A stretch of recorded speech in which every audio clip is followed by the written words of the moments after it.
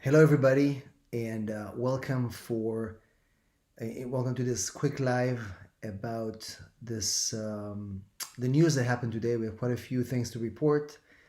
Um, as you know by now, USCIS announced they're going to be canceling the furloughs that were about to happen in a couple of days from now, August 30th. We'll talk about that.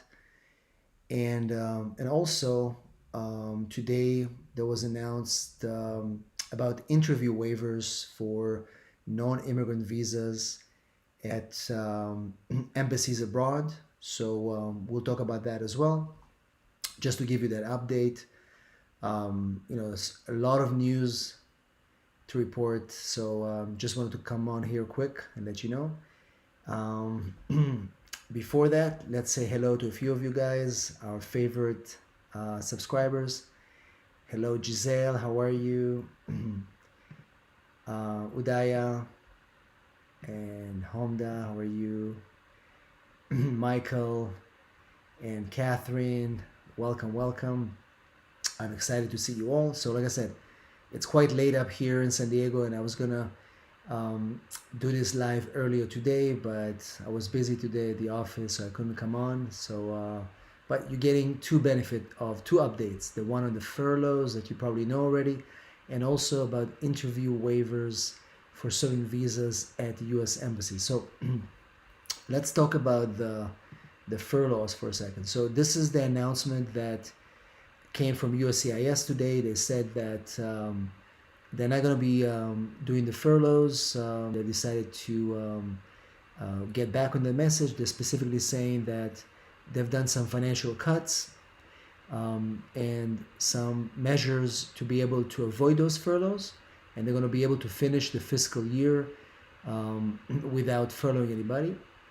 But what is really important about this, and I want you to be aware of that, and because people are excited about those the fact that they canceled the furloughs, but they're saying specifically, however, averting this comes at a severe operational cost that will increase backlog and wait times across the board, with no guarantee we can avoid these in the future.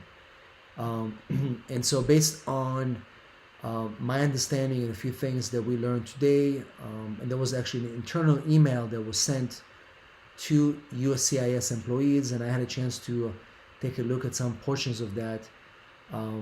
Yes, they're going to be averting the furloughs right now, but it's going to impact specifically citizenship cases, we believe, whether there's going to be delayed interviews and oath ceremonies, and probably issuing decisions on some cases that will be taking longer. So, everything comes with a price, but at least the whole system will will stay on, and like I said, it's something that people were wondering if it's going to happen. I mean, we thought that they're gonna essentially make that decision because they had very there was a lot of pressure from the government, and senators were writing letters, and there was the fact that it was clear that they didn't have actually a budget deficit. So all these things, um, you know it had to happen, but the fact is that they're not happy about it, and we're going to see quite a lot of delays. So thanks, guys. I appreciate all the support. You can post your questions in the comments, and I'll get to those questions um, even after the live stream. Once again, those of you that are joining us right now, if you're here for the first time, make sure you subscribe to our channel, click that bell to be notified, because we release videos every single week, and also give us that big like to make sure that YouTube is going to share that video to more people like you. So that's about the furloughs. If you have questions about the furloughs, post them here. Let's talk about the interview waivers at the embassies. And let's see here. Here we go. So as you can see here, this was announced today, and this is the expansion of interview waivers. specifically for non-immigrant visas. And let's kind of read through this. Of consular officers to waive the in-person interview requirement for individuals applying for non-immigrant visas in the same classification. So in the past, it was only allowed for people that their visas were expiring within a year, 12 months. Now they're expanding it for people that their visas expire within 24 months. And this is going to be until the end of the year. So this is pretty good news.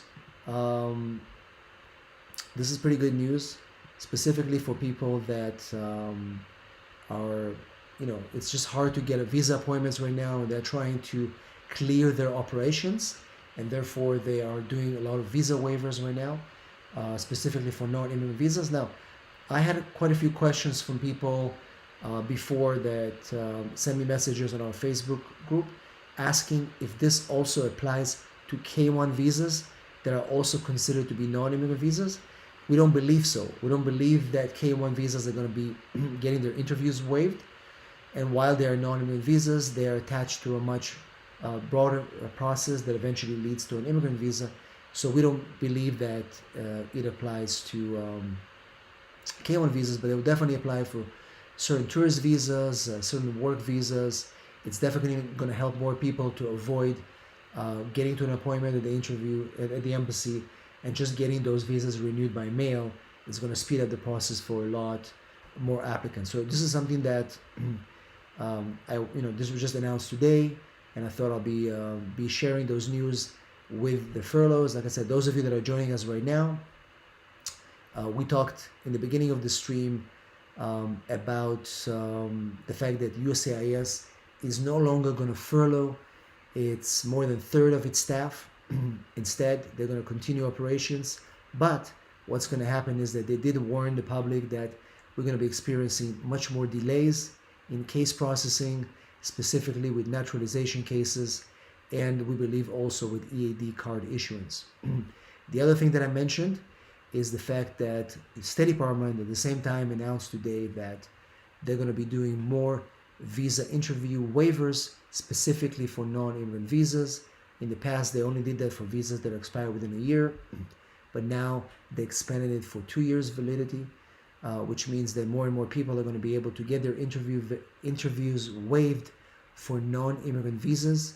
This is just for non-immigrant visas, and we do not believe that it applies to K1. So if you have a K1 interview, you still have to get that scheduled and get those interviews and attend your interviews. And like I said, we don't have, I'll make a separate video probably coming up next week about another update as far as those embassies that are reopening. We have a list of more embassies that are reopening, and I'll make another video to update you guys on that as well. Let me take a few more questions, and then the rest of the questions you can keep posting in the comments below. Elko says, I'm a green card holder. My priority date is February 20th, 2020. So how long does it take USCIS to approve my I-130? So Elko, so once again, there's a difference between the priority date and the time that it takes USCIS to approve the I-130. To check the approval of the I-130, it depends on which processing center, which service center your case is pending. You can check that online, and I've done another video on that as well. So that depends on when you filed it and where you filed it, the processing time of your I-130. Once the I-130 is approved, then you're going to go back and check on the priority date of your case. Let's take, here we go. Nasir is asking, how about the interviews for immigrant visas? So once again, in this video, the update that I provided you today, specifically this thing right here, this is for non-immigrant visas. This is not for immigrant visas, okay? So as far as immigrant visas, we still don't have any information with respect to if they're going to be waiving immigrant visas. I don't think so. Right now, we're waiting for the consulates and the embassies to reopen, and for the clients to be able to reschedule their interviews and start getting to attend those interviews. Some of you reported to me that they were able to get expedited appointments just by emailing the embassy and asking for an expedited appointment, because you've been waiting for long to get an interview because you're separate from your spouses. You should definitely try to do that. Once again, if you're watching this, you should join our Facebook group. In that Facebook group, we have quite a few of our members that reported that they have been sending emails to their embassies to ask for an expedited appointment, and some of you guys will be getting it. So I know that people were able to get that at the U.S. Embassy in Kenya. We've got a couple of clients that got it in Pakistan, and we have from the European countries, we have London, Rome, and I believe Paris, who are granting expedited appointments specifically on the reasons that a couple are separated for long and it's undue hardship. So I do encourage you to try that. So let me take one more question, and then the rest of the questions, post them in the comments, and I promise you I'll get back after this video is not live and I'll answer them. A few questions about biometrics. Let me take this one.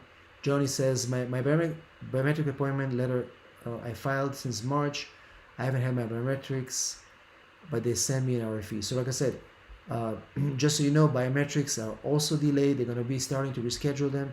Like I said, those of you that already had biometrics, you don't have to worry about it. They're going to be waiving those.